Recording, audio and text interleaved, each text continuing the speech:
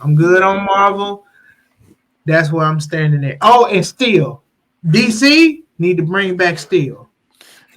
It's a lot of man. It's so That was many. Shrek, wasn't it? But not with Shaq. Shout out to Shaq. Hey, hold on. Shout out to Shaq. Not with Shaq. Not that one. Not that one. Not with Shaq.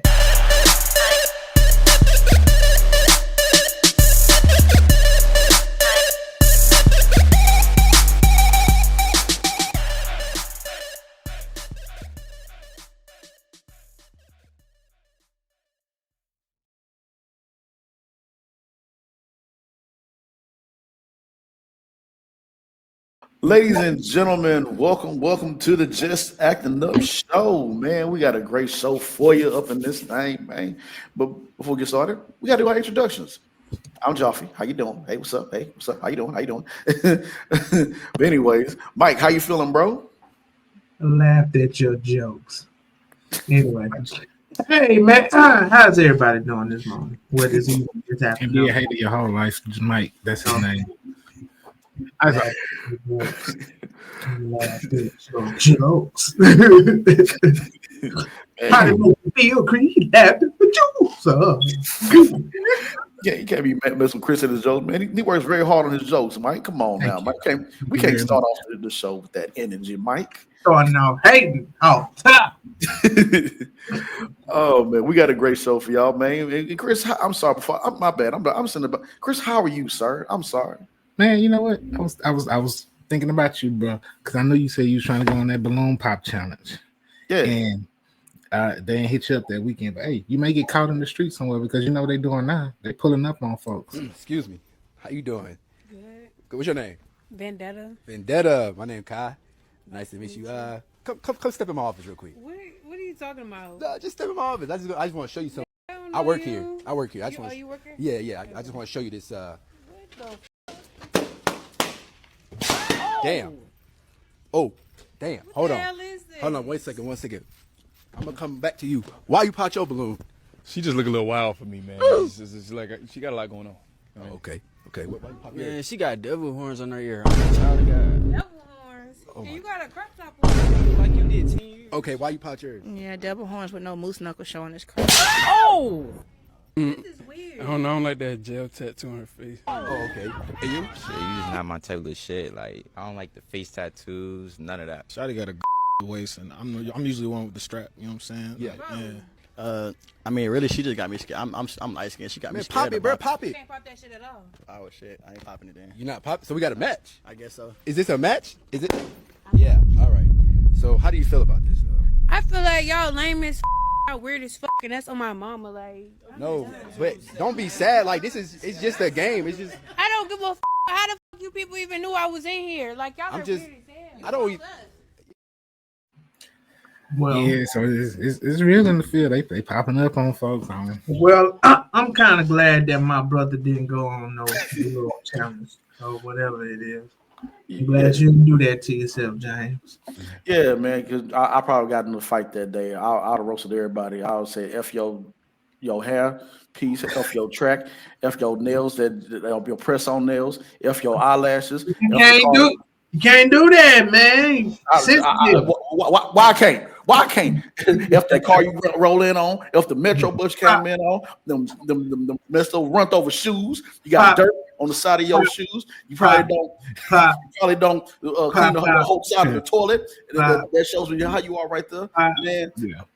Yeah, they would have found another balloon and put air in there and repop it again while you doing that. Everybody, nobody. You gotta watch it. Okay. All right, so yeah, bro, you gotta be careful out there. You know, I know you tried to do that challenge. It worked out for this guy, maybe. How you doing? Oh! You want to pop the balloon TV, bro? What? Huh?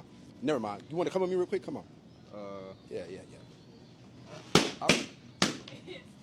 Oh. Hey, bro, what's wrong with you, bro? Damn, why'd you pop your balloon? I don't roll that way, bro. I thought you was bringing girls out here, bro. My bad. Bro, what's wrong with you, bro? My bad. Just no. Why not? Why no? Just no. What? There's nothing wrong. It's just I like my men tall. Oh. Shit. He's little, so I know it's little, and I don't do little. Why would you say something like that? You know the shit. Hey, man. Talk your shit real quick. I don't know what's going on, man. I'm mad confused. Oh, I know you don't know what's going on, but you want to pop the balloon TV, so. Well, you got eliminated, so you can go back to shopping, bro. That's it? Yeah, that's it. That's messed up, man. Did you like any of them?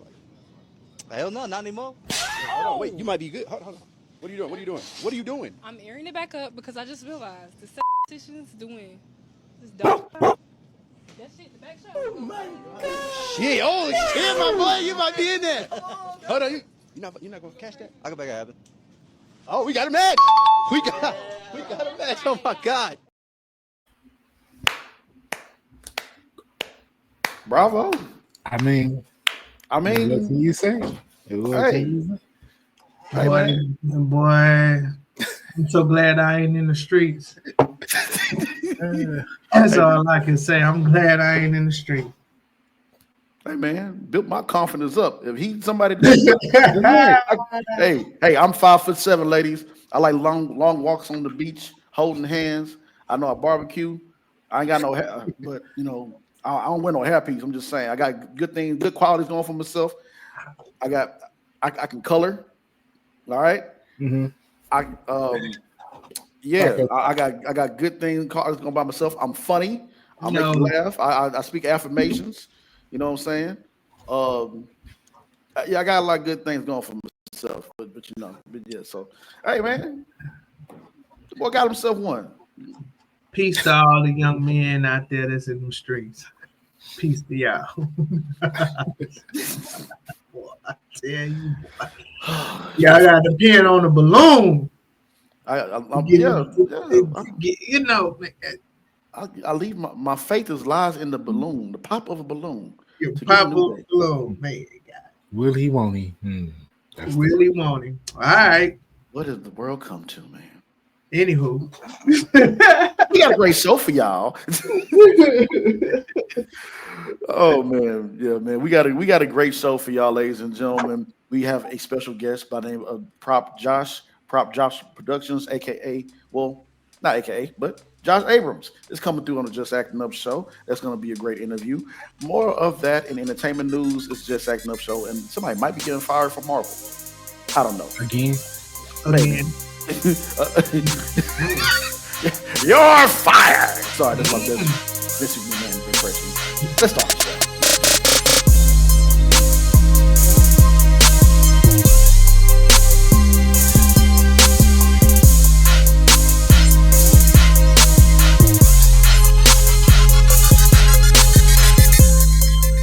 All right, ladies and gentlemen, no balloon is popped as. I'm sorry. We don't. The Just Acting Up show doesn't get balloon popped. I can't believe what I just witnessed. Oh man, shout out to that old buddy, man. No dude, man. He got himself one there. Popping balloons on the Just Acting Up show, man. Little people need love too, huh? Man, I'm telling everybody need love, man. Everybody. When I'm alone in my room, sit back and stare at the wall. Back at my mom and hear a conscious call. Y'all need to subscribe to our show. Like, share. I'm sorry. I was trying to find a way. That's a horrible way to twist it. Man, just go ahead and like. Follow. Comment. And subscribe. Subscribe. Yeah, man. That was man. I was trying to figure out a way how to talk to them, but hey, man. Yeah. Man, a little quick on the draw. But we got it. We got it. We got it. Hold up. You got it. So yeah, man. Like I said, we appreciate y'all for watching the show as we are on our race to get to 1K subscribers. I gotta do that because sometimes don't want to get copyrighted or copyrighted. I'm on point today, man. But yeah, man, we appreciate y'all for watching the show. Like, share, comment, and subscribe, and share with your friends, man, because that's not what we do on here. So with that being said, let's go ahead and get into the show. The rodeo for us fancy folks here in the Lone Star State is finally here. Man, they were blocking off them highways so that the trail, the trail ride can get through, the horses and everything. Man, I was like, what is going on? Why is this highway closed down? And then a horse walks up. And I said, oh, yeah, the rodeo is in town. Mm-hmm. I got to see all the trail ride, the main trail ride that was heading into town because I was working out at Memorial Park and they was all parked and lined up over there preparing. Yeah. So it was always cool. You know what? I don't know if anybody still participates in Go Texan Day. But I thought I was doing my big one. I said, I'm gonna wear my jeans shirt, wear my jeans. I ain't got no boots, no hat. But I say, this is my Go Texan spirit. Ain't nobody in my job. Nobody do that no more. They still do it at my son's school. I know that for a fact. Yeah. They every once in a while they say bring your boots, a cowboy hat or whatever. But I keep saying this every year, and I think I'm gonna go through with it. I'm gonna go to the rodeo. I'm gonna go to the rodeo. We're gonna go one of these weekends. It's already started, correct? Or no? It starts this week. It started this week. Okay, yeah, bet. That might be something that me and the fam might do on Saturday and just go to the rodeo. Just go. We haven't. My son has never been to the rodeo. I believe. Yeah, I believe he never went. Never. So got experience at least once. Yeah, he got experience at least once. What with us Houstonians has been here. We don't go to like. That's like people go in New Orleans is from Mardi Gras. Y'all go to Mardi Gras? Nah, they don't go. Well, not Mardi Gras, Bourbon Street. Like you go to Bourbon Street? Nah, I don't go to Bourbon Street. They're from New Orleans. So it's like for us, it's like rodeo is like whatever. We don't go to whatever. Well, rodeo ain't what it used to be. The night that I really want to go, it was like where I looked up the price difference where Bun B night to sit in the nosebleeds is like $200-$300 a ticket. Whereas you go on one of them country artists that's not as big, it's like $55. I'm like, oh no. Yeah. The last concert that I went to, Mary J. Blige did something. That was the last one that me and my wife went to. And I got those tickets for free because of my job. They was giving them out. So I miss free tickets, man. My radio, we used to have radio suite tickets when I was in radio, man. I used to go up there. I could go to all 21 days for free food, free drink, and a concert. Man, yep. It was winning. Yep. Winning. Yeah, I miss those days. Hey man, shout out to the jobs that actually look out for you, not just for the rodeo, but like baseball games, basketball games, football games. Yeah. I went to an Astro game off my last job. They was giving away tickets. So shout out to those jobs that still look out for their people. You know. Quick question: was that during the time the Astros was doing good, or when they was doing bad? Oh no, they was doing good. Actually, that was the year that they won the championship. The first. Oh, nice. Okay, big. Yeah. They played the Orioles. Orioles. Yeah, they played the Orioles. And my wife didn't want to go because it's a baseball game. It's boring. Oh, man. And so she made us late, and then she paid it back because we played the Yankees that same year in the playoffs. Boy, that game was so lit. So. And speaking about the Astros, hey man, they coming back. So Astros, you get your tickets together. It's still Minute Maid Park, no matter how many times they change the name. It's Minute Maid. I was gonna say no, it's still Minute Maid to me.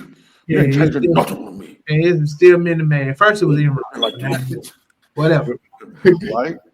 I'm telling you, man. So yes, indeed, man. And that's what I was gonna say. Yeah, the baseball game be in person is it's official. When you watch it on TV, like you just like time go by, you just doing whatever you usually do. It's boring. But when you at the game, more focus. And it goes by so fast. When you look up, it's like in the sixth, the bottom of the sixth. You only got like 3 more to go, and it's over. Yeah. So it's fun, more fun in person to me. Yeah. So yeah, man. So in other news, Jay-Z versus Busby. I'm sorry, I be just playing around a lot. Jay-Z versus Busby, man. Judge signals Jay-Z's defamation claim against Tony Busby will proceed to trial. Boy, you right when you, in the words of Jay-Z, well, no, that's not his bar. I'm about to say out of the frying pan into the oven. But he did say he got 99 problems and Busby is one. Hey, man, I'm telling you. But now it's Busby's problem because everything that he tried to do, it backfired on him. He tried that lawsuit that wasn't gonna go nowhere at all. So I guess he didn't do his job vetting. Yeah. So now it's Jay, he come looking for that money, defamation of character. Say he lost some deals, $20 million worth, and he wants money. Well, you know what they say in that, you come for the king, make sure you don't miss. Woo! You know, that's a power game. There's a lot of powerful people involved in this. So yeah, man, yeah, got your stuff together. Yeah, so I it'll be interesting to see how these lawsuits is going to pan out now since this is on Busby, and I think he done got disbarred in some of the cities. One city, I think. Yeah. So and then you got to look at it also too. You know, he got Diddy. You know, it's really making Busby look like an ambulance chaser. Yeah. So. Yeah, man. Somebody better call Saul. That's all I got to say. Call Saul. Saul. I don't think Jay would. He couldn't survive Saul. Saul gonna find a way with shoestrings and some bubble gum. He gonna find a way. By hook or crook, he gonna by hook or crook. Boy, we gonna make my own billboard sign for this. Boy, go to the college and get the students to make a film for him. Man, that boy Saul, boy, you can't. No, Saul, that boy G. Yeah. Oh man. So and before we end this segment off, we cannot continue our show without paying respects to those who have saddened to say have passed away. Gossip Girl, Euro Trip, and Buffy the Vampire Slayer star Michelle Trachtenberg has recently passed away. It's sad and unfortunate. Only 39 years old, which is very, very young. Very talented. Man. I'm trying to remember the Nickelodeon show that she was on when she was younger. It escapes my mind right now, and I apologize for that. But yeah, she was very, very talented. To see somebody that you know that you used to watch growing up until now, and they passed away, it does something to you. So, hearts and prayers to the family and friends of Michelle Trachtenberg. It was a surgery that took place of what happened, and that we see and heard. We didn't see, we heard what happened. And so we just want to give our hearts and prayers out to those who are affected by this. Like I said, it does something to you when you see somebody that you grew up watching on TV, and a lot of people that was very close to her.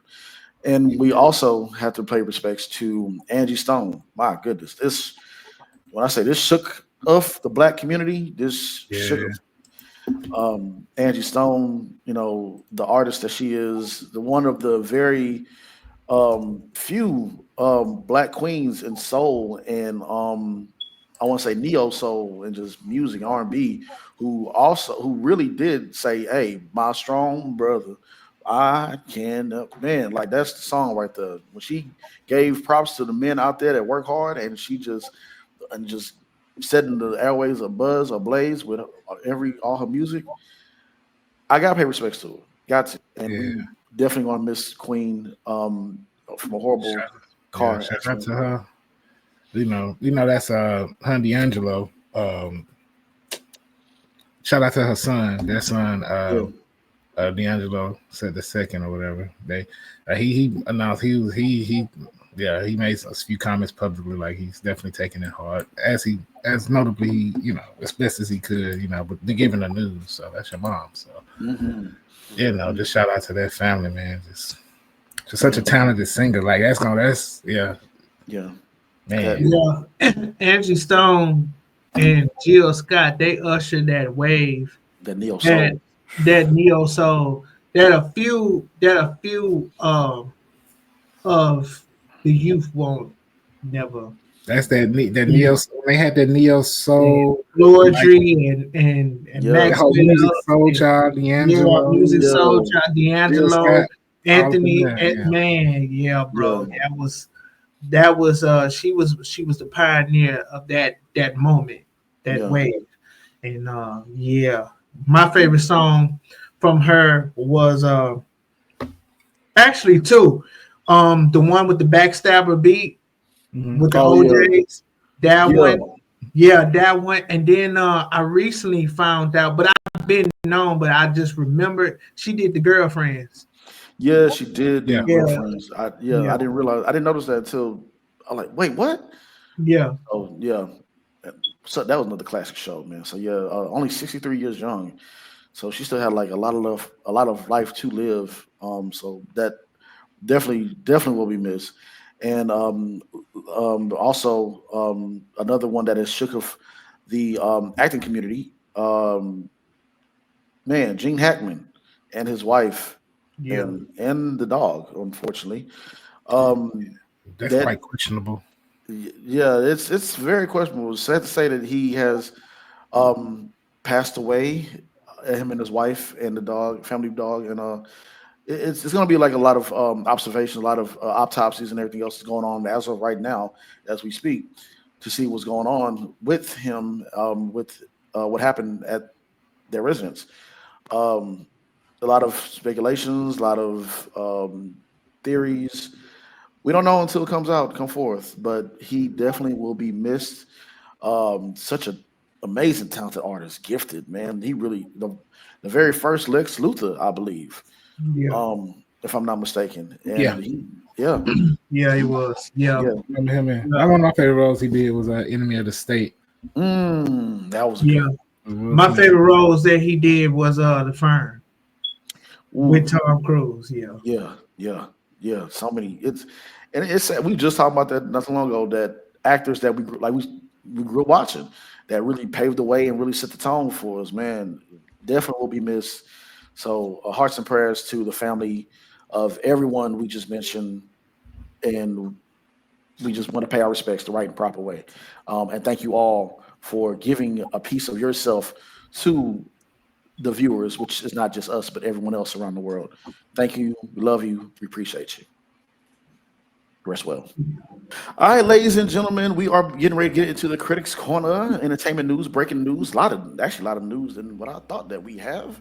Every time we say it's a slow month, a slow news day, it comes right around the corner and hits us with a lot of news. So don't go nowhere. Just Acting Up Show. Stay locked in.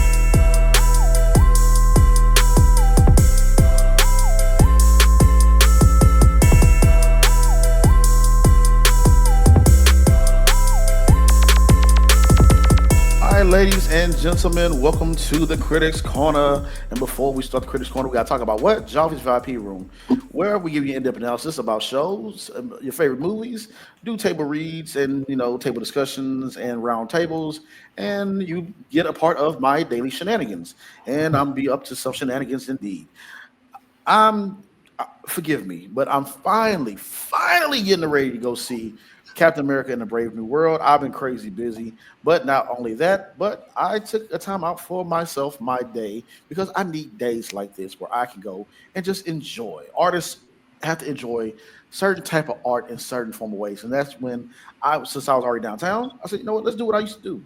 Took the Metro Rail, dealt with some homeless people, but I took pictures of what went on downtown, skyscraping buildings, people in everyday life, the scenery and all that. It was just a nice day. So, Josh's VIP Room, and enjoy the other content that's on Josh's VIP Room as well. So, yeah. So, with that being said, we got to have a discussion right now. We got to call Rolling Stone to the podium. Mike brought this to my table, and he said, bro, did you see this? I said, see what? He said, did you see hear this? I said, see about what? What you talking about, Mike? I'm going to tell you what I'm talking about, James. This is how we talk to each other. But now, the Michael Jackson Thriller album. When an artist on the front cover of that album, when an artist hit that lean, you already know that album gonna be fire. And the whole album is fire. And Rolling Stone said, whoa, what, Mike? And I quote, what did Rolling Stone said, Mike? First of all, when I first read this is no lie, my blood pressure went up. I'm not even gonna lie to you. My eyes started getting drowsy. I was on one. I had to drink some water and put the phone down and walk away.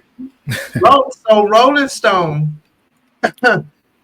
just released their top 20 worst songs on great albums. They got Elton John on there. They got Billie Eilish. They got Taylor Swift. All of their great albums that they have in their catalog, no matter who it is, rock and roll, R&B, soul, whatever. There is a song on there that they said that basically could have did without. So on Michael Jackson's Thriller, Rolling Stones, it comes in at number 20. That Lady in My Life is the worst song off the Michael Jackson album. I immediately commented and said Rolling Stones is Smoking Stones. Got to do. Rolling Stones, you done lost. You know what? I'm gonna be devil's advocate here, right? Because it says off their album, right? So off the Thriller album, when you look at the album itself, wanna be starting something. The Girl Is Mine, Beat It, Human Nature, Thriller, Billie Jean, Pretty Young Thing, Lady in My Life. Oh, and then Baby Be Mine is the other. That may be the one that can maybe. I gotta hear. I can't. The Baby is my. I give them that with Paul McCartney. I'm not a fan of that song. I'm really not, and there's a lot of people that's not. Oh, God, the Girl Is Mine. If you're talking about the worst of that album, I mean, it's at the bottom. It's the last song on the album, isn't it? I think. Yeah, I think it's the last song. Number 9. Somewhere around there. Okay, yeah, but it's like I don't know. It's just some albums you just like, nah, I gotta jam this all the way through, and I'm good. And the Thriller. Yeah, it's just a mere fact that song. Then also there is a thing called rage baiting as well too, because I honestly believe that this list wouldn't have got no attention if they didn't put that Michael Jackson song on there. Me personally, because you got Elton John got a song on there that people agree with. The Taylor Swift song Blood Moon or Bad Moon, I believe it is, with Kendrick Lamar, they smoking dope too, because that's a dope song. Well, like I said, they're looking at it when you look at it, they're not saying the song is bad, but it's out of that album. If you're just looking at those specific records, that song's not, it's a great album still. All the songs bop, but if you're just looking at the album itself, listen, you heard the list I just named the songs that's on that album. I mean, it ain't beating out Billie Jean. It ain't beating out Thriller. It's not. It's not beating out Billie Jean. It's not beating out Thriller. It's not beating out Pretty Young Thing. It's not beating out what Beat It was on there too as well. Yeah. God damn, boy, that album. So I'm saying it's a great album. It's just saying what was the worst of the best. Boy, you forget all the songs that's on the album, man. And it's not just that. It's some unhidden music in his vault. Him and Prince and everybody else's vault that you have never heard of. You're like, bro, man. But I always felt that there are songs that are like cornerstones of other songs. Because when I was a kid, I didn't ever hear Lady in My Life. I always thought that beat belonged to LL Cool J and when Boyz II Men did it. Oh, you know, I always thought that was their song, like that beat. I always, until I heard Thriller all the way through, and then I heard that beat, and I'm like, Quincy Jones is the GOAT, Yeah. So, and then you got that song, and then you got Walk By Isaac Hayes. Yeah. Walk On By Isaac Hayes. So, because those songs, they like birthed a lot of other songs. Like they sampled it so much, and a lot of songs, great songs, came off of those samples. That's why I put Lady of My Life as they done lost their mind. And then actually, it's an actual good song. Yeah. I heard it like. I ain't gonna lie, the numbers of that song and probably done went up because I know for me personally, I done heard it like every day since I done saw that list. Like I said, it's definitely baiting because they just getting people to outrage. Because people when they hear you thinking they calling the song bad, they just saying the bad. It's like taking the Hall of Fame list. I know you like a trash team called the Steelers, but let's say they took the Hall of Fame. They're all great players, but they saying this player is the worst player in Steelers history. I feel like they all are bad, terrible players. That's what I'm saying. I understand, but you see, us still a nation. We have a list. The underhanded palm tree shade that he threw. Still a nation got a list. That was smooth how Chris. That was smooth how Chris did that. The underhanded shade of the palm tree. I feel you. I take that. I got it. But still, Rolling Stones, y'all are smoking a pocket full of stones. Oh man, too funny. And then you saying birth, them songs birthed a lot of us. Mike, you talking about them songs had a time. They call it a deep album cut at the time. We were a lot of us were created off these songs. Exactly. 82, 83 was popping. 82, 83. I was born in 84. 88. So my sisters, and then the transition, my daddy and my mama, hey, throwing that Mike Jackson, throwing that Prince real quick. Let me talk to you for a minute. I need to know.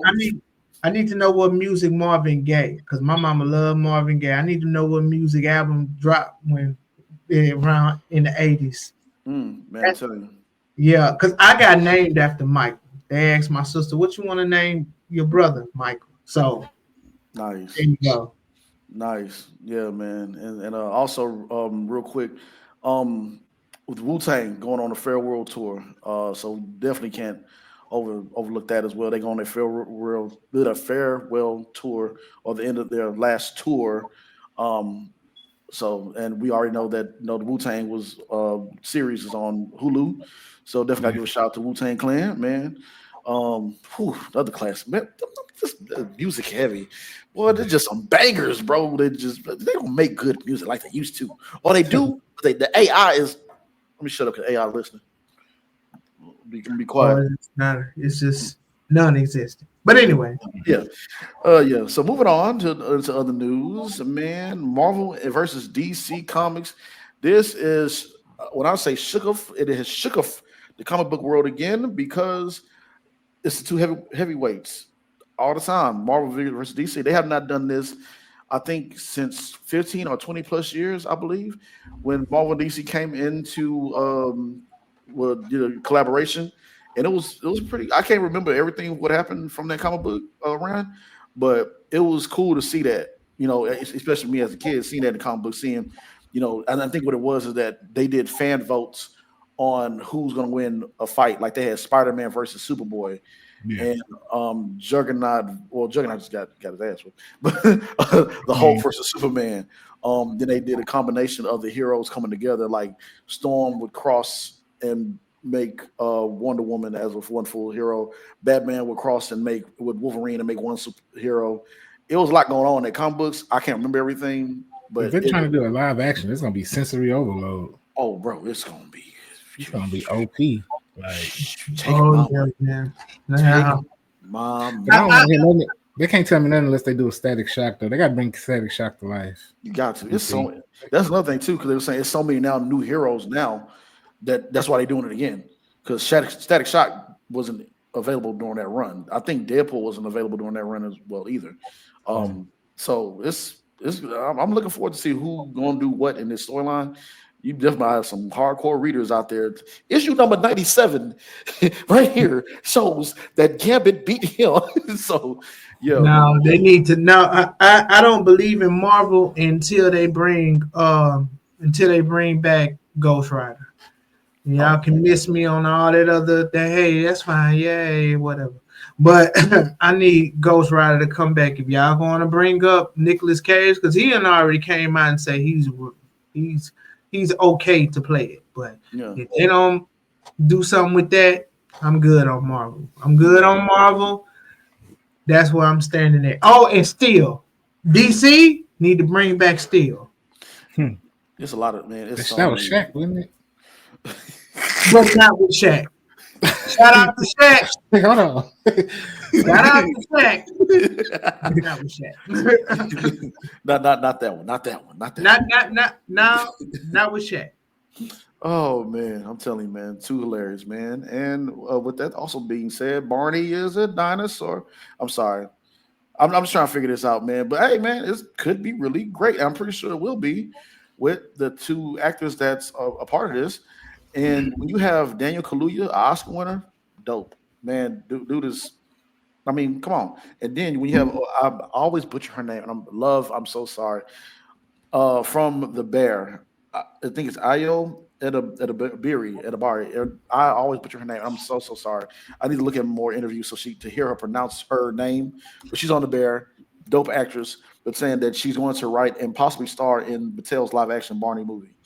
There's been rumors for quite some time talk about when they're going to do this Barney movie, documentary, or biopic or whatever.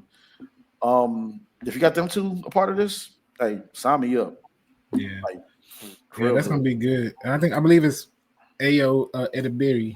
Ayo Edibiri. Okay, thank you. Ayo Edibiri. Because I always mess up her name, and I like her so much. She's such a phenomenal, great actress. Great comedian too. She does comedy, stand up. Girl's a beast. Also, with that being said, in other news, I have to. Well, before we get to that, Shrek 5 teaser has just dropped. Some people like it, some people hate it, some people don't want it. But hey, you're gonna go see it. People gonna go see it regardless. I honestly forgot. They did a Shrek 4? They should just Shrek 3. Shrek Forever After. Yeah, they did. They did that. Yeah, they did. Yeah, they did that, man. Yeah. Y'all, come on, man. Y'all just do not disgrace the Shreks. Hey, Chris didn't know if they did a 3. Chris, you knew they did a 3? I haven't really watched Shrek since like the first 2. I did stop. I know. I saw Shrek 3, but it wasn't. They wasn't making it for me though. So the Shrek 1 is always there a you hit. go. Shrek the first one. Yeah, Shrek the first one is a classic, of course. But I didn't know they did a 4. Yeah, man. They did Shrek Forever After, man. So yeah, man. Just saying, people. What it is, everybody's upset about the animation, and I'm looking at the animation, and I'm like, it's the same. It's kind of just a little few minor differences, and not like a Sonic the Hedgehog, this bad boy. Y'all just complain about everything. Everything. Why Shrek look like that? He an ogre. What else you want? Like he not like what you want, bro? Like Zendaya is in this. Well, just go. Oh. Well, we'll see. Yeah. Everybody complaining about something, man. Shout out to Shrek. Shout out to Shrek, man. And also John Cena and The Rock. I mean, I know everybody don't follow wrestling like they like all the time, but people tune in when they get to WrestleMania season. That's when majority of everybody that was once a fan starts tuning in again. And John Cena and The Rock and Cody Rhodes and for some odd reason Travis Scott, because he was just there. Bro, that was so crazy. I was like, who is that black guy with the braids? Yeah, doing the best. Like, who the wrestler? Who's that wrestler? And it ended up, it was Travis Scott. Yeah, man. Like it gave me Little Mama vibes. And I love Little Mama, but I know she said that was one of her most. You know what happened when she came up and she got on stage. We all know she doesn't like people bringing that up, but it happened. It happened. It is what it is. Pretty sure got paid well for it. But anyways, Travis Scott. I was trying to figure out what is Travis Scott doing in the ring, and I'm like, bro, Travis Scott. You know them people can break you in half, bro. You might not want to do that, bro. I don't know, man. But it was really good. It was really good. You know, hey, came out, escorted The Rock down, and then you see what happens. John Cena turned heel for the first time in 20 plus years, and they broke the internet. I gotta check it out. Yeah, it's trending. It was trending last night, but I just like the way how now they have like press interviews after a wrestling match. I'm like, man, that's dope to see how wrestling came from where it came from to like now when Sports Center put it on their post and they start posting it. It's like, okay, yeah, this ain't the wrestling that we grew up with, granted, but it has grown from since then to now. Yeah. Yeah, it definitely has. It definitely has, man. And everything was done well, like the whole thing. Like it's like they are still keeping that wrestling lure about it and not treating the fans like they like we don't know that, this is, scripted and then like that, but they treating it the right and proper way for this time and era. And it's a lot of black people that's gotten back into wrestling too. And that's, which I love seeing. John Cena broke the internet along with The Rock and Cody Rhodes. It was done very, very well. And it is now WrestleMania season. And I actually really want to see what's going to happen next. The boy John Cena came into the podium. Like Mike said, they doing a press conference afterwards. John Cena came to that podium. They waited for his response, but took the mic off, dropped the mic, and walked off. true heel fashion. I don't need no response. So yeah, that was done well. So all right. So let me ask y'all a question. Have y'all heard of this animation called Black Sands? So Maybe. Black Sands. I've heard of. Have y'all? No. I've dipped and dabbled in a little bit of their comic books and their story. I'm trying to catch up with a lot of it, but man, like this right here is so dope. So we always talked about how we want to see us on the screen, from cartoon to real life to all that. Black Sands, this is a really good story. So Black Sands Entertainment, and I'm just giving you a little synopsis. Black Sands Entertainment Incorporation is an American entertainment company founded in 2016 and based in Columbia, Maryland, U.S. The company is probably operated and is mainly known for its comic book publishing as well as developing animated shorts with Black Sands Studios. Now, let me see. Kevin Hart got some stakes in it. I think Kevin Hart invested in 2022. Because I watch Shark Tank religiously. They went on Shark Tank actually looking for like some funding. I think $500,000 in funding. And I think they gave up 5% of their company equity in the deal with Kevin Hart and Mark Cuban actually. Actually, I think it became a 30%. Anyway, I ain't gonna get into all the business numbers. But Kevin Hart and Mark Cuban, they did the deal with on Black Sands. So it's good to see it all coming full circle now, with everything with that, which is dope. And Kevin Hart's really been doing his thing just in the animation space, because he has another animation series too coming out that's dropping this week, Lil Kev. Oh yeah, that's right. That's right. That's about his upbringing, little 12-year-old Kevin, and it has a lot of heavy hitters: Cree Summer, Miss Pat, Afion Crockett, Wanda Sykes, Loretta Devine, Deion Cole. So that's gonna be another good one on BET Plus. Yeah, I love seeing this animation for Black people coming out and collaborating with others. And Black Sands, a great story, great overall animation. I think they're gonna have a movie coming out later on this year. I think, if I'm not certain. But yeah, I love it. I love that, and I know they're getting some. And when you have, what's the name from who did God of War voice? Is it TK? Who? What's up? T.C. Carter. T.C. Carson. Thank you. I was missing. Yeah, I was sleep deprived.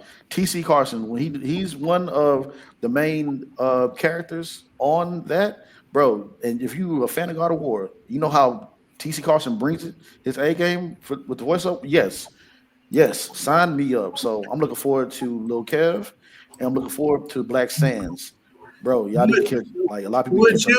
Would you consider, and this is why we're talking about God of War, this is a little bit off topic, but would you consider God of War a Black character?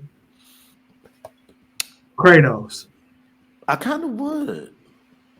But because like every time I look back at the artwork of him, because he was the ghost of Sparta, and then when he killed his family, that's when he took on that mantle and his skin turned white. And then I think, remember from the game, they never really did show his skin color. It was always dark, wasn't it, in the artwork, from what I remember?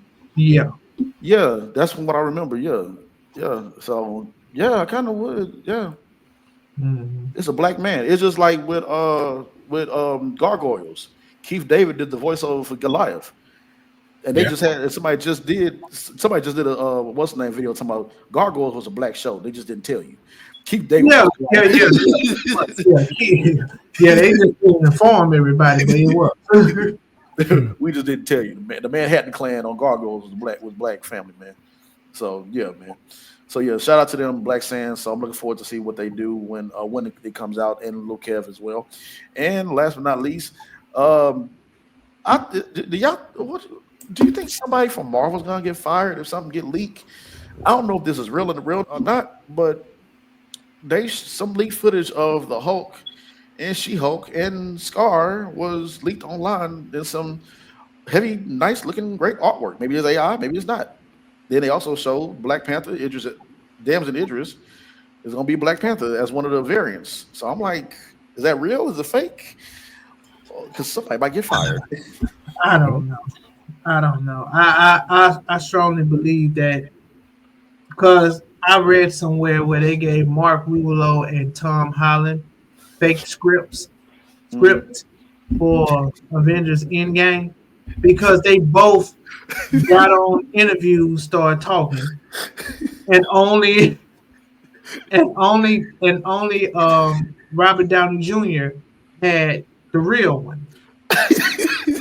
So I believe that Marvel Studios and all these heavy hitter studios, I believe that they give people fake ones to dress it up and let the real one be secluded to certain people, if that makes sense. Because it feeds the appetite of what's going to come out next, by giving them the fake one. And so they're not looking for anything else. You understand what I'm saying? That happens a lot in the entertainment industry. So. Yeah. That does, yeah, that is true. They got to the point where they're like, you know what, for Tom and the other, look, just give them this fake one. So they we got a script change. Yeah, and then in the middle, this is a script change.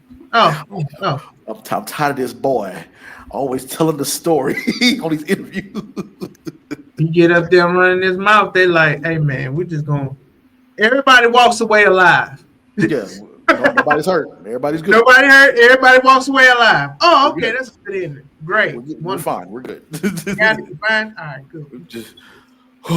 Well, I know they be on pins and needles when every time he do an interview. Like, boy, Tom, if you don't shut up, man. That's why I think Denzel don't know the comic book culture. Because he got on there talking about everything he was gonna do, including the laundry at home. He say Denzel talked like he was about to go home and watch TV. Like, I'm gonna do this, I'm doing this, doing this. Yeah, he's after stripes. And then after that, I'm done. It's like, bro, I'm pretty sure Marvel didn't want everyone to know that you was gonna do Denzel, but it's all good, Pastor Washington. Yeah, ain't nobody gonna tell you nothing different. It's like he gets to a certain point. He didn't put enough work in this game. Like, you know what? He got it. Any one of us. Let him do what he do.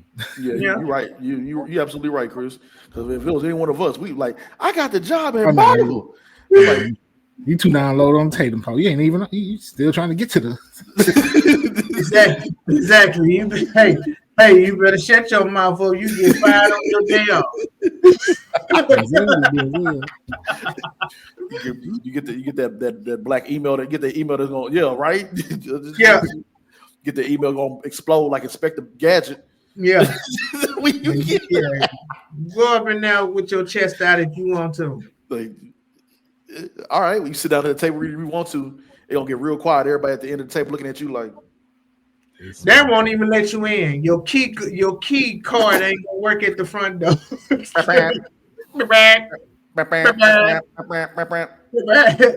Hey man, your key work? Yeah. Hold on. Not you today. Can't come in.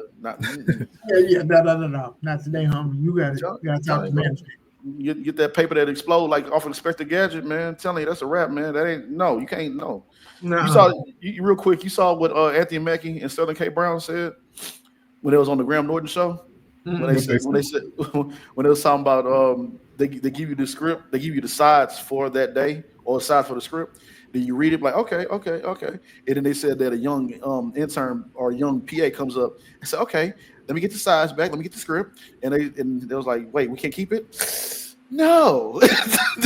Oh yeah, I did hear him say they now have to sign off on it and everything. And it used to be delivered, but now they have a whole little system to where they keep it tight. They keep it tight. When both of them simultaneously said no, that's when you know, nah, bro, you can't walk away with this, man. Nah, this stays here. So they gotta memorize it just like right then and there in their first glance, or what? Well, it was something about the process of when they I guess I gotta go back and watch it, but pretty much a certain process of what they do when you read these sides to go audition, or you read the sides for the day, or something. Some process I gotta go back and watch it, but the audience know what I'm talking about when they say, "Nah, when that PA come in there, okay, I need these back," and be like, we can't keep it to hold on to it so we can practice. Like, no. Because I think something happened with one of Samuel Jackson's scripts or something that it leaked. Right. He was talking about, and it got they processed, they tightened up Yeah, and it leaked, and somebody sold it online just because another PA intern who was stupid or whoever came in and took the whole script because after Samuel Jackson got his and leaked it, and everybody, whoever saw it. So yeah, they keep things airtight now. So yeah, bro. Like I said, I believe leaks is going to happen. It's Right. just what leaks out that they can control. So when I first saw that Hulk, I said, "Man, that's fake." Yeah. And we might not that scene might not never see the light of day. It's not going to happen. Or it might be real. And now they got to. Oh, go ahead. My bad, Chris. Because I know where Hulk is coming. As far as the movie, they said that's going to be from the Doomsday film. All the characters been introduced. So I can see how that film can come. I mean, that scene can come about with the Hulks. Yeah, somebody probably. Yeah, I mean, I can see the scene happening, but I can't see that scene happening. Like I say, you can't control leaks, but you can control what comes out. The story and everything. Yeah. Yeah, you can control what comes out. Like, yeah, that's not coming out. Well, we leaked it. You know what I'm saying? Ourselves or whatever. I know whatever Rockstar is doing, they doing a damn good job. Ooh, boy, that vault right there. They must have gave him stake in the company or something. Hey, you want to get paid on this drop? Hey, man. Hey, they got their phones tapped. You talk to your mama, cousin, sister, brother, whoever. You better tell. They ask you how it was work. You better say it was good, and that was it. That's a wrap. That's a wrap. Can't say nothing. Can't say nothing else. I'm talking about Area 51 tight lip. Area 51 tight. I know them developers can't wait till this game drop. I know. like is Biggie Smalls and Tupac still alive type lip, boy. You try to tell you Area 51 type lip. Like who really shot JFK type lip. Man, where is Prince's records at? Type lip. Exactly. Type lip.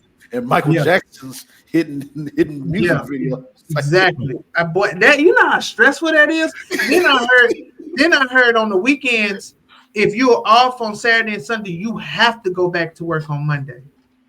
Like there's no ifs, ands, and buts about you got to go back to work on Monday. Lord Jesus, boy. But that's stressful, boy. Tell me. You see where my hair going right now? My already ready. We got the gray hair, we got the bald head. Hey, we good. Go ahead, sign us up, man. We ain't gonna say nothing. Get on this. I ain't gonna say nothing.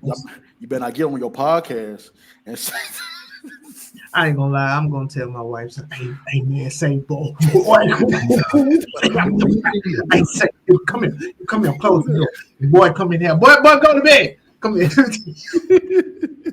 You better not tell. Don't say nothing. I can tell my wife, "Hey, you better not say nothing to him. You better not say nothing."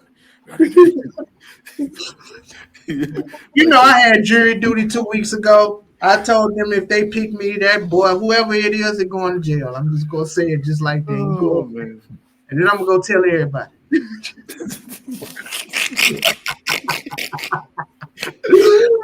I'm terrible. Nothing. Don't tell nobody. I'm gonna tell all your business. I'm telling you.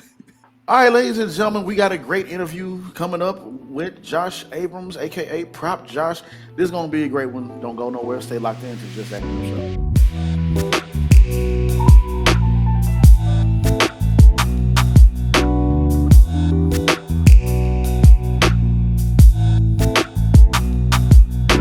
Ladies and gentlemen, this meeting is being recorded.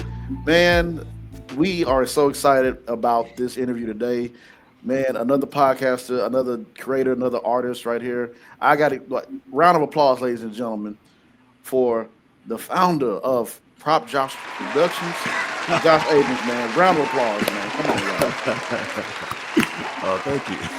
That's the founder of PropJosh Productions. The founder. I got you know how it is on those searching up the founder and established code since yeah. He getting his Shannon Sharp intros together, just. Build it up. Let them know this is who we got. Okay, I appreciate it. I appreciate that. Yeah, man, got to, man. So yeah, ladies and gentlemen. So Josh, man, greatly appreciate you for stopping by, come on the show. We know you are crazy busy just like us.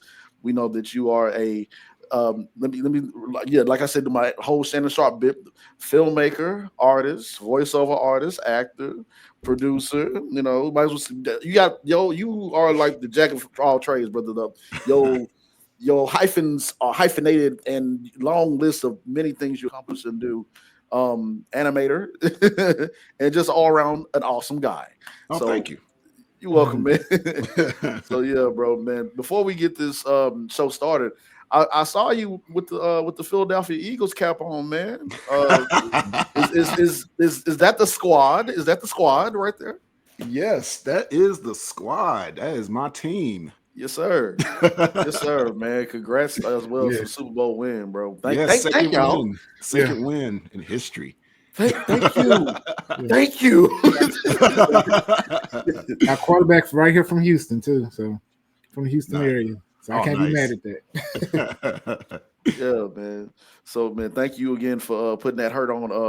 Good on. Hey, he needed it. He needed it. We was tired of seeing those cheating ways over there in the Chiefs. Man, dude. I gotta say, like my daughter was asking me about the Super Bowl before it happened. She's like, "Who's playing the Super Bowl?" I was like, "My team," and she was like, "Oh, the Eagles." And she was like, "Who they playing against?" I said, "My least favorite team, the team I hate the most." She said, "Oh, the Chiefs."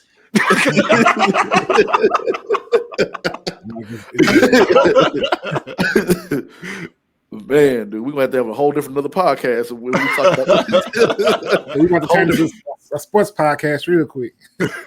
I'm telling you, man, real quick, man. So yeah, shout out to the Eagles, shout out to your team, man. Congrats on Super Bowl, man. Real quick, where are you originally from? Your mom asking. Oh man, I'm from all over the place. Now, I mostly say Mississippi. I was born. Well, I wasn't born in Mississippi. I was raised in Mississippi. I was born in Chicago, raised in Mississippi. So Mississippi is my home. Anytime people ask me where I'm really from. Gotcha. Okay, so you're really all over the place. All right, you got some here, there, everywhere. Okay, yeah. Oh yeah. I got family everywhere. Anytime I visit places. So, but yeah, Mississippi, that's my home.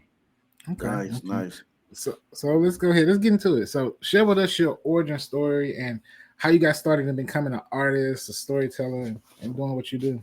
Oh man, it starts way back. So like it started with like when I was like a little kid. Like I've been drawing as long as I can remember. I'll tell you that right now. But like and this is before I was an animator and voice actor and all that stuff.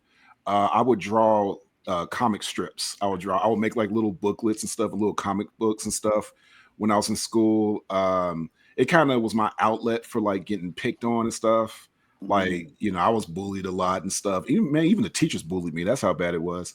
So, I needed an outlet. So I had to, I started making little comic books and stuff like specifically when I was in high school. I remember this girl kind of like pretended to be my girlfriend. It made me feel so terrible that I just drew a picture about it. And it just cheered myself up. And I was like, so from then on, I was like, well, I felt like the best person to make fun of me is me. And so I made that into like a whole cartoon. And that's what it was all through high school.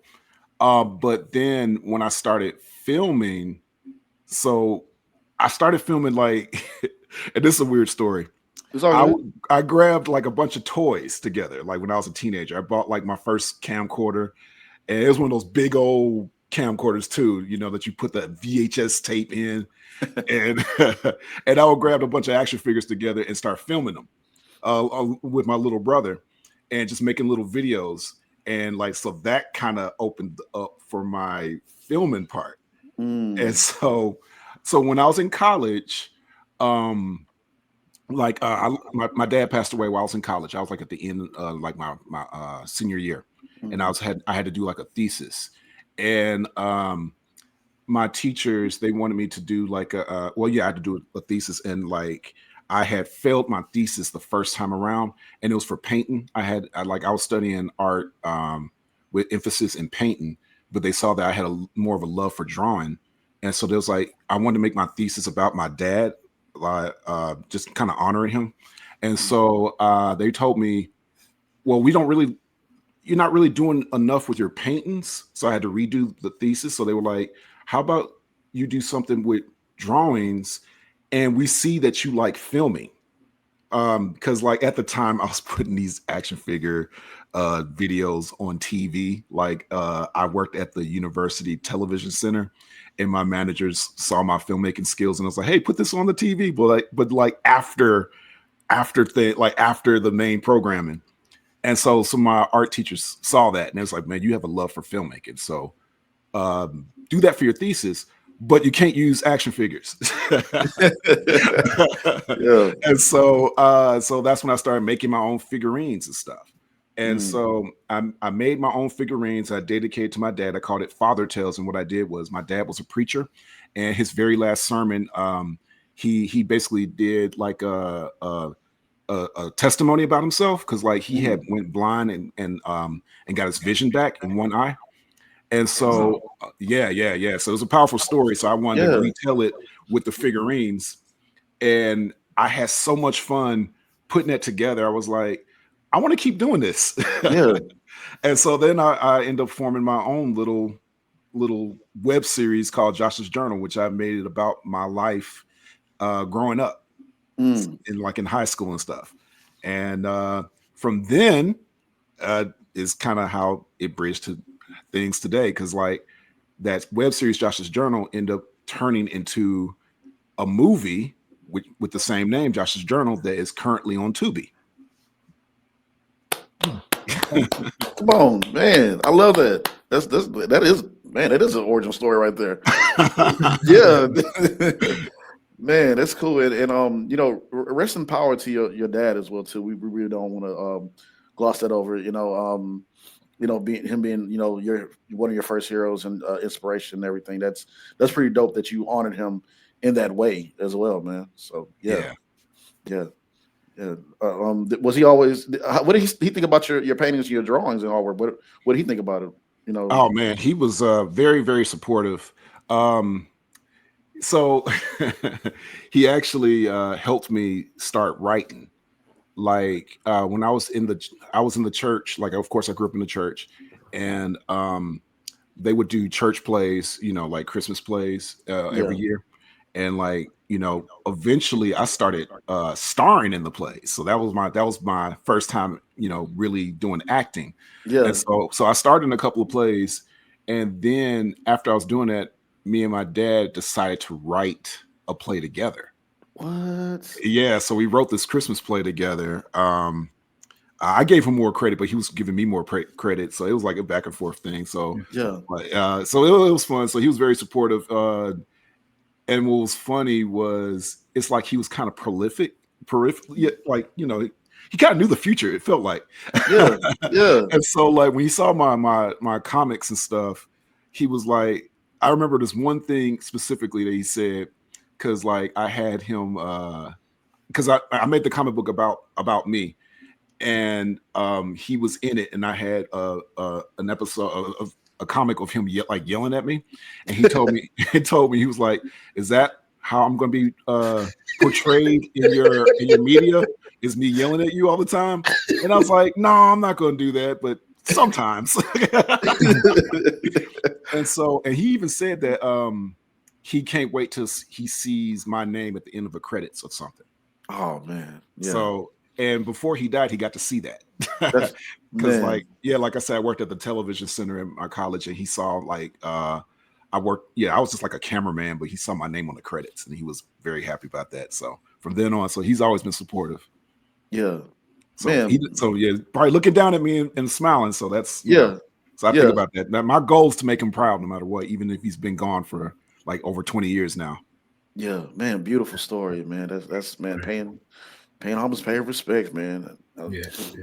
So, besides your own work, right? What are some of your personal favorite cartoons and why? All right. So, I love a lot of superhero stuff. I also love a lot of adult animations. Man, I don't know what would be my favorite, but like my tops ones would be like Futurama and The Simpsons and South Park. So yeah, I really love like adult animations. Yeah. Yeah. Okay. That's dope too, because I mean, you know, we of course we can tell what your work and everything, and of course we'll get more into, you know, your work and all that, and that's been something that's been my favorite role too. Adult animations, you know how, you know, us as little kids watching stuff we shouldn't be watching. Oh, this is a cartoon, and they drop an F-bomb or something like, oh man, this is well, this is something different, man. Yeah, my dad used to forbid me from watching that stuff, but Really? yeah, but he couldn't stop me for long. Yeah. I was like, no, I gotta watch this. This stuff I love this stuff. Yeah. The Simpsons been on since, man, I think since I've been, since I've been born. I'm like, man, dude, like, yeah, I think I'm, yeah, bro, I think I'm like 1 year older than the Simpsons. I think. Oh, I think wow. about it. Yeah, I was a little kid. yeah, same thing right there. I was like, yeah, man. So yeah, hey, man, it's crazy and it's dope, man. So I want to ask you. So creator's great, and you know, you created some of, you know, great and hilarious content. You also, you know, have, you know, won an award as well for, you know, having the best, one of the best shorts competition. Talk about that when you won that award, the feeling and everything that went through into that. Oh man, I barely remembered that. Hey man, sometimes when you're so busy, you just like, oh, I did that too. Yeah, I did that too. I did that. Yeah. It was I forgot what kind of award that was. It was for shorts award. That was for my series Malcolm and James. Yeah. That's when I was first getting started with it. I had just did like the first season of it, and I was trying to get it out in the public and stuff. So when I submitted to this to that film festival, and it won an award, I was extremely happy about that. But I was like, that's step one, because like because what's funny was it was a really great feeling.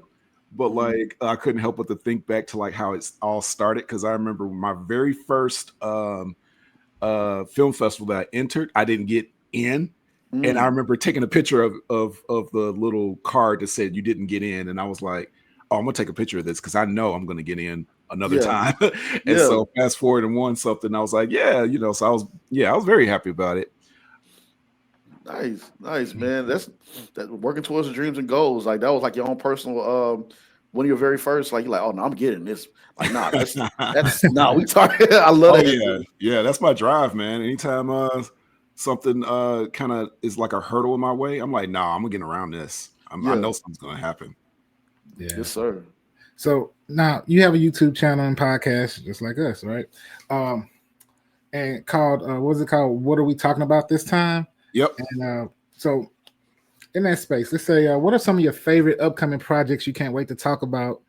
And what are some that you already have talked about that you just want that you think that should have some spotlight that everybody should be on their radar?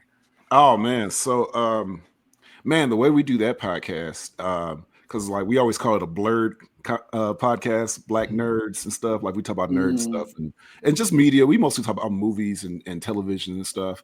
So pretty much anything that's coming out later in the year, we're definitely gonna highlight and talk about.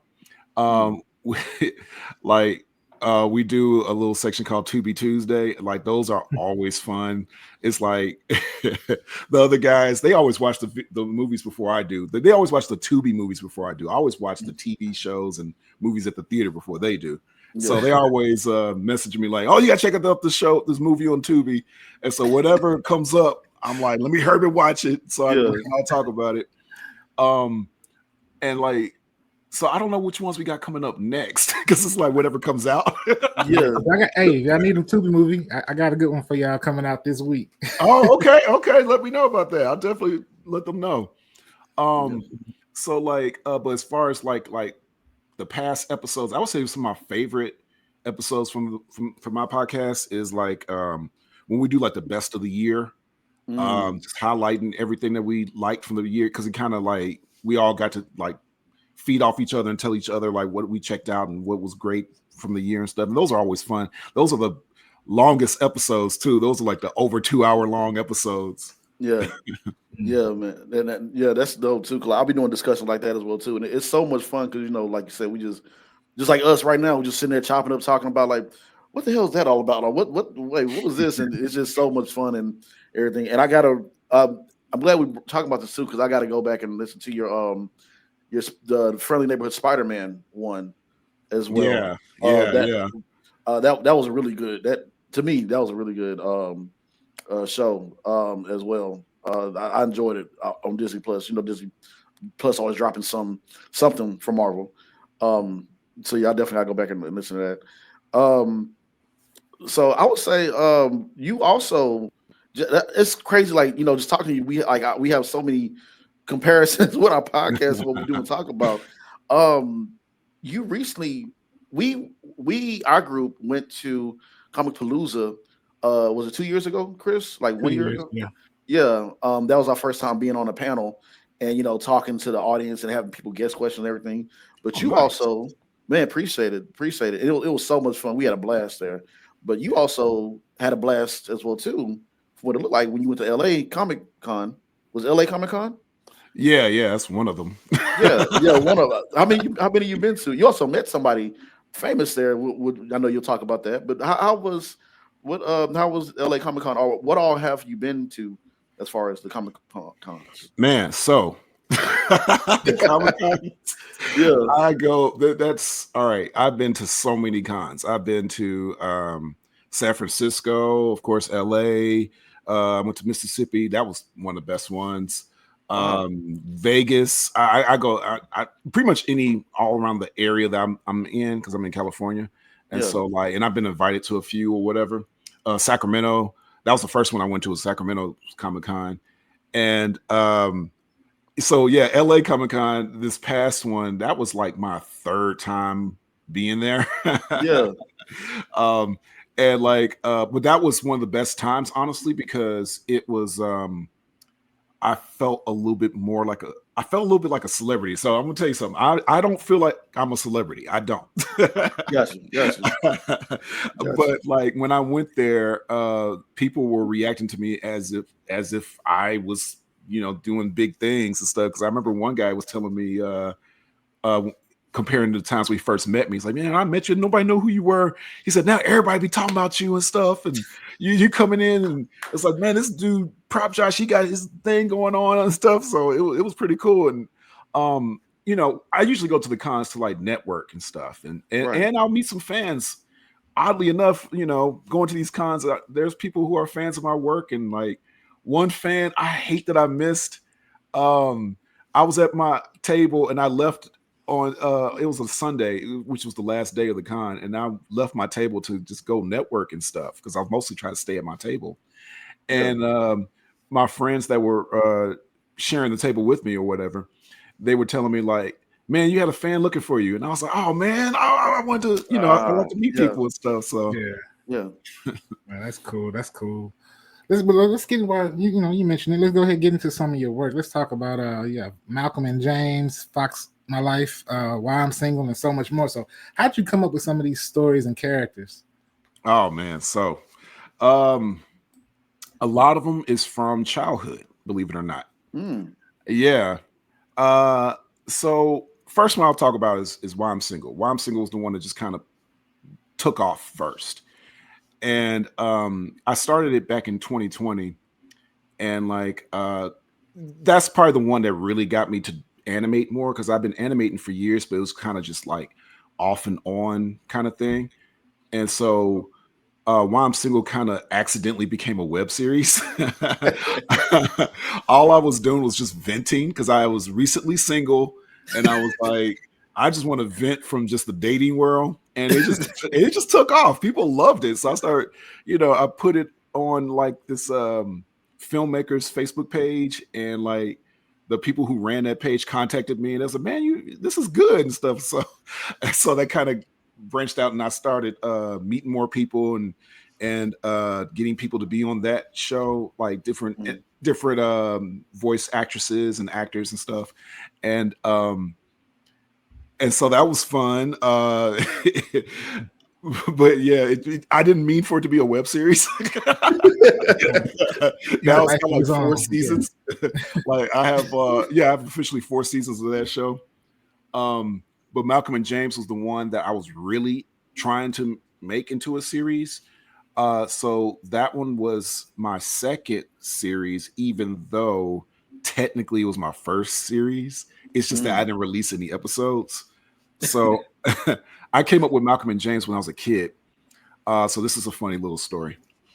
When I was little, I had like me and my best friend, we would play with these toys together, and we just get all the black action figures together. And back in the 90s, there was not that many black action figures. And struggling around here, man, I'm telling you. And so I got like 2 black action figures that look like teenage boys, and I was like, hey, let's call them Malcolm and James. And like then I got a bunch of other toys around that weren't black, but I was like, we pretended like they were black people and stuff. And so while we were doing that, I was like, hey, let me draw. I was, our little artist. So I was like, let me draw these, how I pictured what these characters would be. And so, fast forward years later, I was like, I kept those characters in mind, and I was like, well, I want to make a series about them. And I decided to make it take place in the 90s because that's when I was, kind of developed the idea, was back in the 90s. And I said, this makes more sense for it to be in the 90s rather than modern day. And so, and which is fun because they kind of know the future a little bit. So it's kind of fun to do that where they'll be talking about like, yeah, I mean, we should take an Uber over here. And it's like, an Uber? Yeah, my cousin Uber, he drives people all the time, so it's like, since Uber's not invented yet. So that's the fun with Malcolm and James. Man. And then Fox My Life was my third and most popular series, which that kind of just blew up. I came up with those characters when I was like in first grade. Wow. Yeah. They were the characters I was drawing back in the day.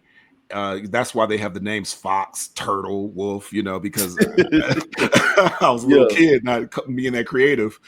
And those characters just kind of stayed with me as I grew up. And Fox My Life is actually a reboot from a little web series I did called Fox Previews Life, where they were figurines. And it was not that many people were watching it or whatever. But once I started animating a lot more, I was like, well, I want to bring these characters back. But honestly, like I mentioned earlier, I love adult animation. I was like, but if I bring them back, I want them to be very adult. Right, absolutely. Because I really thought about what would I watch, like what would I get into? Because I was like, like I said, I grew up in the church and I didn't want church people getting mad at me.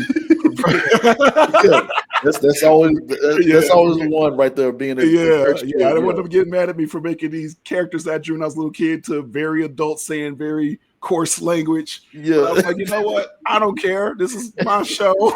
This is what I'll do when I watch it. Yeah, and oddly enough, a lot of them love it.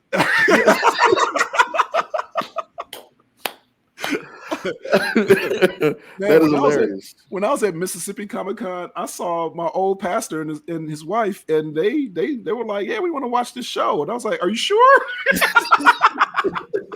That's what I'm warning you. I'm like, you need a pre-warning. That's what I'm talking about. That's hilarious, man. And it's always like that too. Being I grew up in the church as well too. And like it was some stuff you like as we talked about earlier. There's some stuff you watch like Simpsons or King of the Hill or South Park, and you have that little awkward veil over you when your parents watching like, oh no, you can't watch this. Like no, please, it's hilarious. So oh yeah, my mom is like my biggest fan. But nice. She knows I be putting some raunchy stuff out there, but she loves it. I was like, hey, well, if you're okay with it, then I'm okay with it. Yeah. Oh my god, that is too hilarious, man. And I saw from I think you shared with us the last time I worked with you on some voiceover work. Thank you as well, by the way, for a job, boss. So you shared with us that somebody somebody that has been in some handful of films as well, that was also did voiceover on South Park, was able to join you for one of your animations. And, yes. Yeah. Talk about that experience and when you met her and everything. I wanted you to talk about. Oh, okay. I know that was really dope for you to do that, but tell us about that. Okay, all right. So I met Janicia Adams Ginyard, who's from the Black Panther movies, and she was in South Park special Into the Penderverse, where she played Cartman.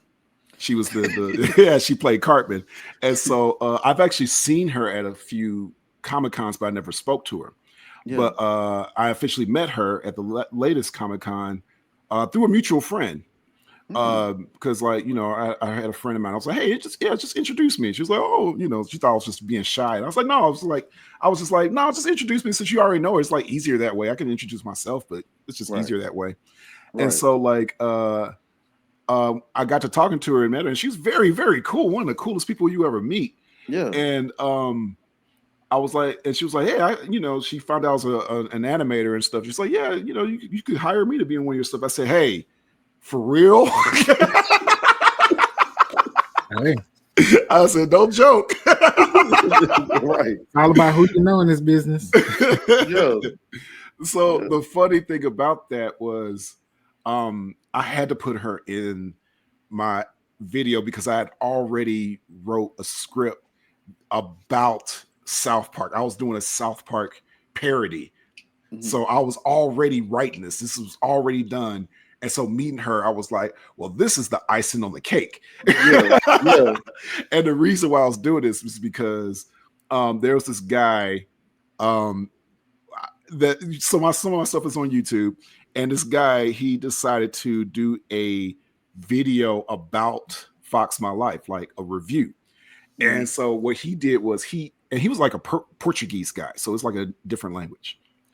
And so he had commented in one of my videos. He said, hey, I did a review about your video. Go check it out. So I was like, oh, cool. All right. Yeah. So I go and watch this video and he rips me apart. And I was like, what the hell? I was like, why'd you seek me out? If you're just going to rip me a new one. And so he was just talking about how terrible my animation was. And that and one thing that stood out was that I was trying to be like South Park, but not doing a good job of it. And I was like, I'm not trying to be like South Park at all. Like, what are you? But part of me, I was like, it's because this guy is Portuguese. That's why he's saying this stuff. Gotcha. But it messed me up a little bit. I stepped away from Fox My Life for a couple of months after that because it was like I was being real self-conscious about how I was animating. I was like, man, this ain't good enough. This ain't good enough because of that review. And so once I got over it, I was like, well, I'm going to write a episode about this, about my experience. And then I met Janicia and I was like, and I told her the situation. So she's like, oh yeah, this is going to be good. Yes. And so in the video, a little bit of a spoiler, but I definitely want people to watch it, is that I basically get her and all my characters to cuss out his character. Like, basically just going off on him. Man, no, that is see, I didn't know. I remember you saying something about that, but I remember that part right there. So I'm like, oh, that's crazy. Like, I'm happy that you kept going. I'm happy that was my Say Drake moment. Hey, Drake.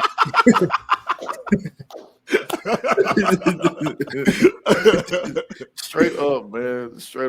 No, so, go ahead. Go ahead, Chris. My bad. No, I was gonna say, so what was the most rewarding and hardest thing about just being an animation artist that you've experienced? Most rewarding and hardest thing? Yeah, 2-part question. Yeah. So what's the most rewarding? What's the hardest? All right. So most rewarding is the most rewarding was definitely just meeting people, meeting fans, like going to the cons. So when I went to Mississippi Comic-Con, that was one of my favorites because it was like I was like a hometown hero kind of thing. So it was kind of cool. And I wasn't expecting the kind of love I was going to receive when I got there, because I was like, wow, I was not expecting that. So meeting a couple of fans, I remember meeting these three young guys, and they saw my standees of my Fox and Turtle and stuff, and they were like, oh, it's that Fox. It's that Fox, man. It's that Fox from Fox My Life. And they were so excited and happy. And then saw that I was the person that did that. It's oh man. So I had them take a picture with me and stuff and with the standees and stuff. And that was very, very rewarding. Like, and not just them, just anytime I meet fans, because most of the time I feel like I'm doing these videos for myself. And whenever I never see people actually, I'm just seeing numbers. And so if I get like 1,000 views, I'm just seeing it as a number. I'm not seeing it as like not realizing these are all different people with their lives and relating to the character and stuff. And so like, and I'm just expressing things that's, going on in my life and stuff through that. So if I can actually, touch them in their heart, that they relate to the character and they're happy, that's the most rewarding for me. Like I remember talking to somebody, they thought that I was more about the money. I'm like, no, I'm actually more about the love for it. I don't care if I don't get a dime for it, to be honest. Yeah, man, that is a beautiful and amazing way of how to look at that. Like, the numbers are numbers, but it's like having that lasting effect on someone and making somebody's day with your animation and with what you write and create. That's the beautiful part of it. That's like what we really strive for. 'Cause like we said earlier, there are so many cartoons that we have watched as kids, and that voiceover artist just stuck with you, and you just enjoy that person and the art from it. And it's so yeah, man, that is very, very rewarding. And thank you for sharing that, by the way. Sure. And what was the second part of the question? The challenging, you said, Chris? What's the most rewarding and what was the hardest part of being an animation artist? Oh, okay. All right. So the hardest part, I don't know, man. It's the maybe sometimes the process of it, like, because it's a long process. I guess that would be the most challenging, like trying to get things done, because it takes a long time to put it all together. It took me years to get to the point where I'm at now to like do one pretty quickly. So sometimes when I have like a longer animation, that would take forever. I would say like, oh yes. So Malcolm and James is my most challenging animation to do. Like, and that one's a lot harder because it has the smallest fan base out of everything. Because Fox and Why I'm Single, people love. Like, Fox has a large fan base, and Why I'm Single, Black women of all people love Why I'm Single.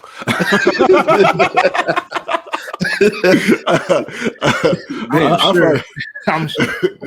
Well, because the funny thing about it is like it's about the guy dating different women, and these women are terrible, but they love it. There's some terrible women on this.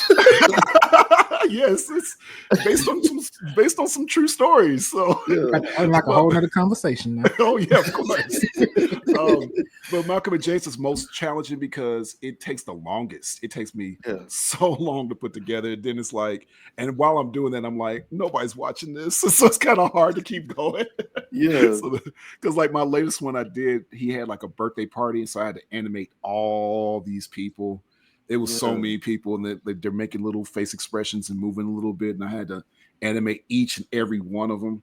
Yeah. And people don't realize how much I do when I do an animation, because like I get so many people that will hit me up like, "Hey, can you do an animation for me?" Hey, all the time. It was definitely a lot more a couple of years ago than now, and they would be like asking me to do like an hour-long or 2-hour-long animation. And so I tell them my price, because I said, I'm just one guy. I'm not going to go lower than this price. And they're like, oh, well, never mind. Because they don't realize that I'm like, well, I'm making literally the backgrounds, the background people, everything, like, because like I've met, because it's usually filmmakers they'll approach me, and it's a little bit easier to film than it is to animate, because it's like, they have to find the location and get like, background actors and stuff. And it's like, well, while you're doing all that, I have to make everything. Yeah, man, and that's the reason why you really appreciate. I mean, I appreciate anybody that does what we do, and because we're actors, we're writers as well, but the animation, that's something different. That's another different type of beast right there, because what you just stated right there, what you have to create and visually and mentally and put it out there. So, man, thank you for what you do, man. Seriously. So Appreciate man, it. yeah, man. Kudos and props to you for what you do, man. What's something that you're manifesting for 2025, or something that you're manifesting overall for what you want to get to or what you want to do? All right, so I'm about to give y'all a big reveal. Okay, hey, thank you. About to drop a gem. Yeah, please drop a gem. Yeah. Just saving it for the podcast. Yes, sir. Yes, sir. All right, so one of the things I'm manifesting for 2025, and that's coming to light because I manifested at the very beginning of the year, is that my animated series, Fox My Life, will be streaming. Congrats, dude. For real. Yes. So we don't know which channels yet. I mean, like most likely like 90%, 99% chance it's gonna be on Tubi. So that's pretty much a definite. But it could be other channels as well. So it's on it just passed a distribution test, like it got to be on this distribution site, which they're going to pitch it to many different streaming channels. And so that was one of my life goals, is to get one of my shows on TV for the world to see. So so I've been spending like the past few months getting that together, like because like right now Fox My Life is like it's just like shorts, but I put it together as 22-minute long episodes. So it's like 7 episodes. It's gonna be a whole first season coming out in April. Nice. Dude, congrats, bro. Nice. Seriously, like that's dope. I'm happy for you. Hard work pays off, and just doing something that you go ahead. Go ahead. No, just definitely let us know when the release date is and everything. April 4th. 4/4. Yes.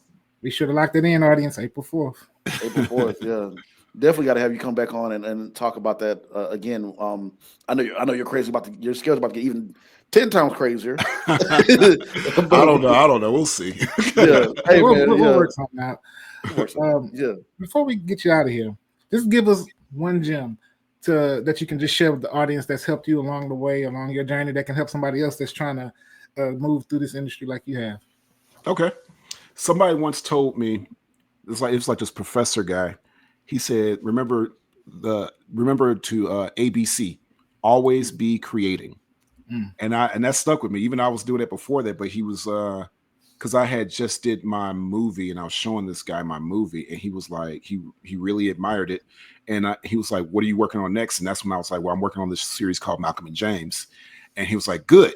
So always be creating. That's what you should always be doing.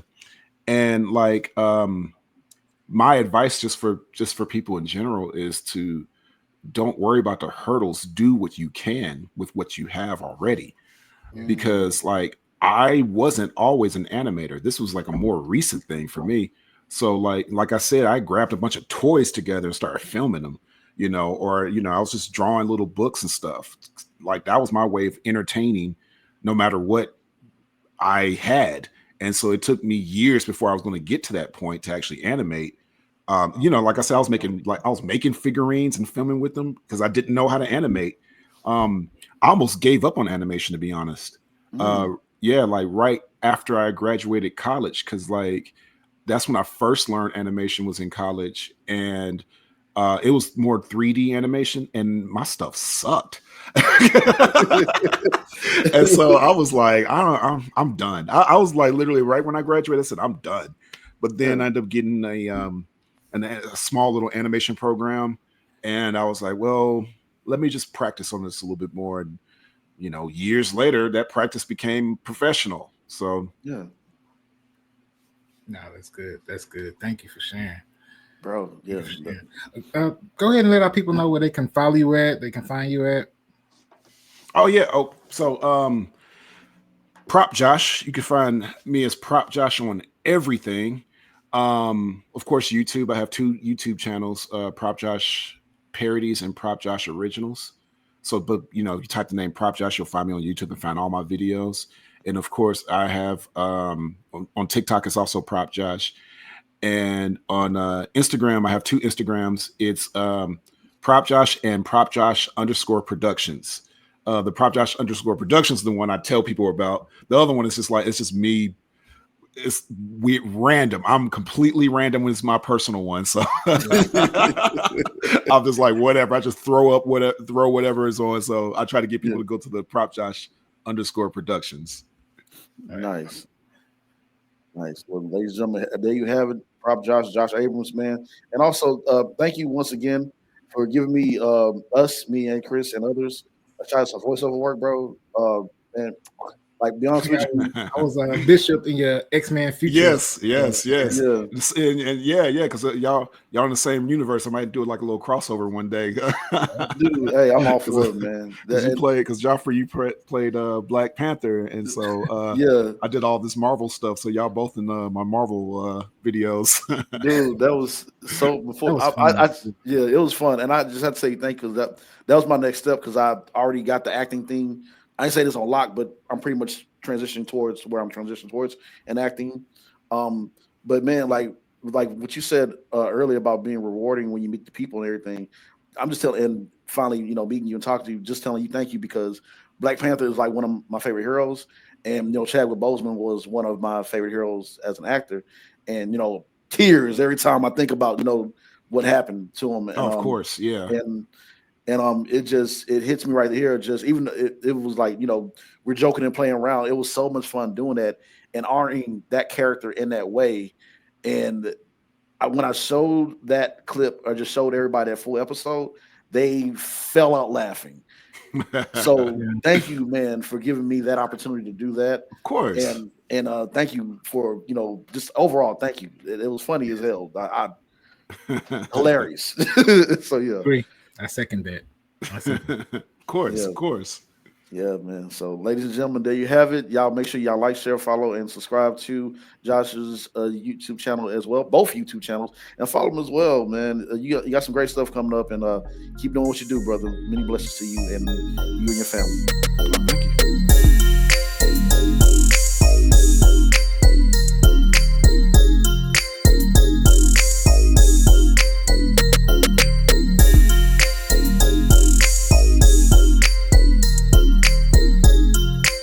All right, ladies and gentlemen, we about to get into acting a fool. Chris is gonna take care of business and step to the microphone and drop them jokes, man. Boy, Josh Abrams, he said that Chris come with it with the jokes, so you just never know. I'm sorry, I'm trying to hype my boy up right quick, but yeah. So Chris, take it away, brother. Yeah. I'm gonna cut the fro. Same Chris, still funny. This time we going down to Memphis, Tennessee, baby. Memphis, Tennessee. I know everything's on a real serious note. I know everything's going on with DEI, and we're staying away from certain stores like Walmart. Well, there's somebody that was banned from Walmart, so they didn't even need the DEI to get away from Walmart because it's this serial shoplifter. They got herself banned from every Walmart in the United States. Oh, hell no! Ashley Cross, she was charged with criminal trespass and theft of merchandise less than $1,000. Currently being held on a $7,500 bond, but yeah, she's been caught several times stealing things like ramen noodles, boots, blue jeans, t-shirts from the self-checkout. So she's not allowed into any Walmart in any location in the U.S. Wait, go back. What all did she steal again? She stole stuff like ramen noodle, woman boots, jeans, t-shirts. Was it the boots with the fur? With the fur. Okay. I thought I heard you right. She's a petty thief. Okay. Continue. Thank you. Continue. So now she can't go to no Walmart ever. How they gonna stop you though? Maybe they got their own database. I don't know. No, okay. I'm just asking. For a friend. I'll go to self-checkout. I don't know. Maybe they got face scanners now. I don't know. Lord Jesus. Okay. But, I was once accused of stealing a thesaurus, but not only was I shocked, I was aghast, I was appalled, and I was dismayed. That's a thinking joke. Y'all can't. I was about to say, isn't that all the synonyms and antonyms for the? Cause he coming in strong with the vocabulary. You gotta give Mike. You gotta give him credit because black people don't use different words to explain things. They're lazy with their vocabulary. Mike, I am flabbergasted. Hey, see, you kind of get it. You get the joke. I am flabbergasted. Anyway, Chris. Why do Instagram influencers enjoy shopping at Walmart so much? Why do they? No, why? They just can't get enough of self-checkout. I get tired of it too. Get it? Self-checkout. I caught that one. I caught that one. Okay. All right. Okay. That was terrible. No, it wasn't. Terrible. If you thought that was terrible, then this is going to be great because you know why? The Oscars around here. We're going to shout out to Arnold Schwarzenegger, because you know where does Walmart keep their Terminator toys at? Where? I'll be back. Get it? I'll be back. That's a nice. That's a nice popsicle joke right there. I'll let you look when you finish the popsicle. It'll be on the stick. Yeah. Boy, I would love to know what website you getting this from, so I can report it. Hey man. Report it to Uncle T. Executive order. Shut this website down. People, stop stealing from Walmart, please. That ain't gonna never stop. I used to know somebody that had a technique. I swear to God, he used to come back and he say, "Yeah, I pay for this, this, and this, but I ain't pay for this, this, and this, and this, and this, and this." Like he had that down packed to a technique. Like he knew how to hide it in the items. Not gonna mention his name. Good friend of mine. He just can't come to my house now, play. Hey, boy, you a little bit too good at your thievery. Boy, I'm telling you, boy, he used to come back to work bragging. Hey, man. Oh my God. A little bit too good, man. A little too good. All right, ladies and gentlemen, up next is Press Play Trailer of the Week. So don't go nowhere. This is going to be a good one. Just like this.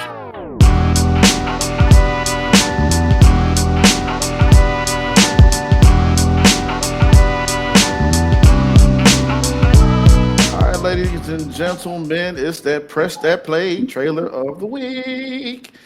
You already know what it is, man. We always got to show love to people on the independent scene, or it's always streaming on. We all got to show love. There's always somebody out there that's in the community that's talking about a movie that you want to see. And this is a very special one right here. Wanna know why? Because we got two individuals that's a part of this film, and I'm gonna let them go ahead and do the honors. Brothers, go ahead and tell them about this film. So talk to people.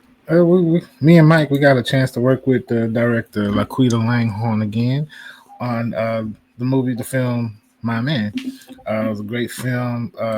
They shot it out here in Houston. It was about a woman that was struggling to deal with heartbreak, and she finds love again, but she refuses to let her man go because he belongs to someone else. And it got really messy, really bloody. It's gonna be a great film. Y'all check it out. It comes out on Tubi. It'll be available everywhere.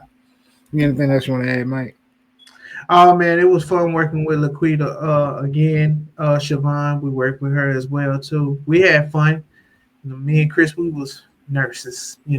Well, what they call them? They don't call them nurse in. At the crazy house, what do they call them? At the crazy house, they don't call them nurse. What they call them? Oh, you talking about the orderly or security? Orderly, yeah, that's what we did. We was orderly. Yeah, the orderly, yeah. And it was so natural because me and Chris, fun fact, we used to work together in Kroger's. Yeah.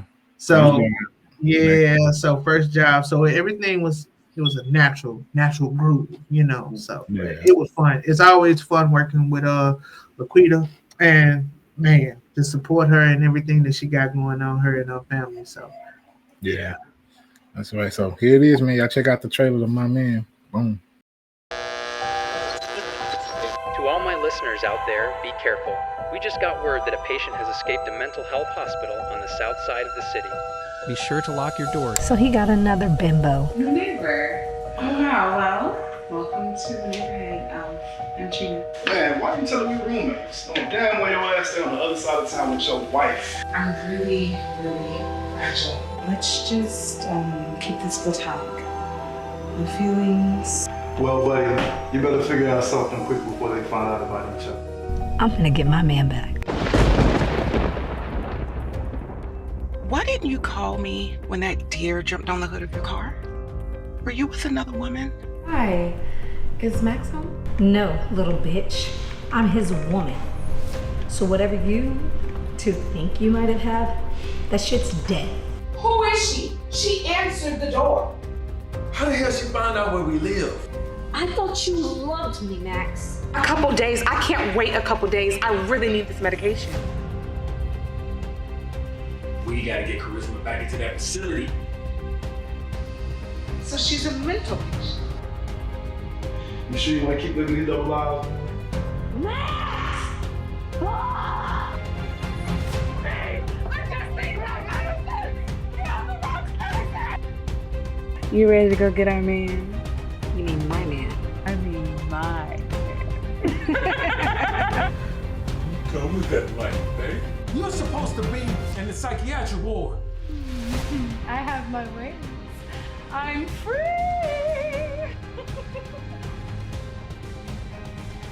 And then we're all gonna live happily ever after.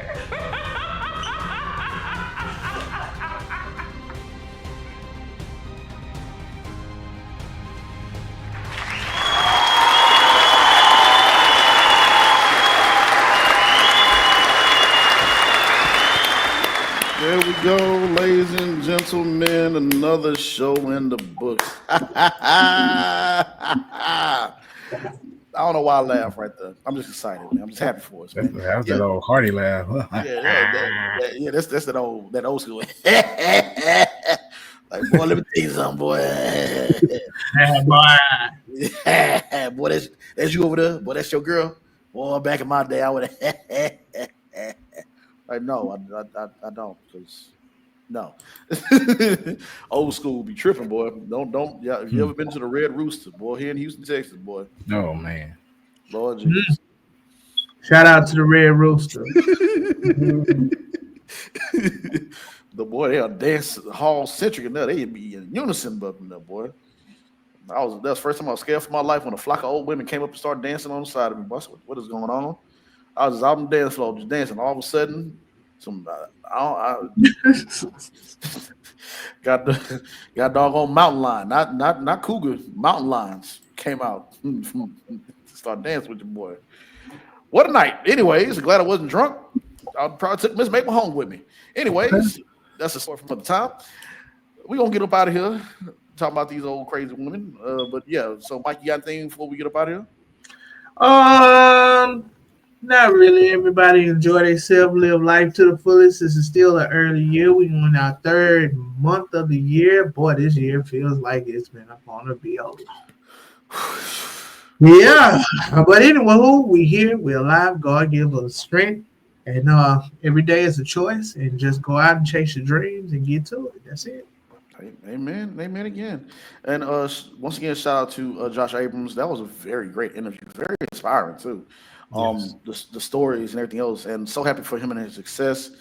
Cool dude, great dude, hardworking. Thank you for giving us a job, a voiceover, to be a part of your project. So thank you, sir.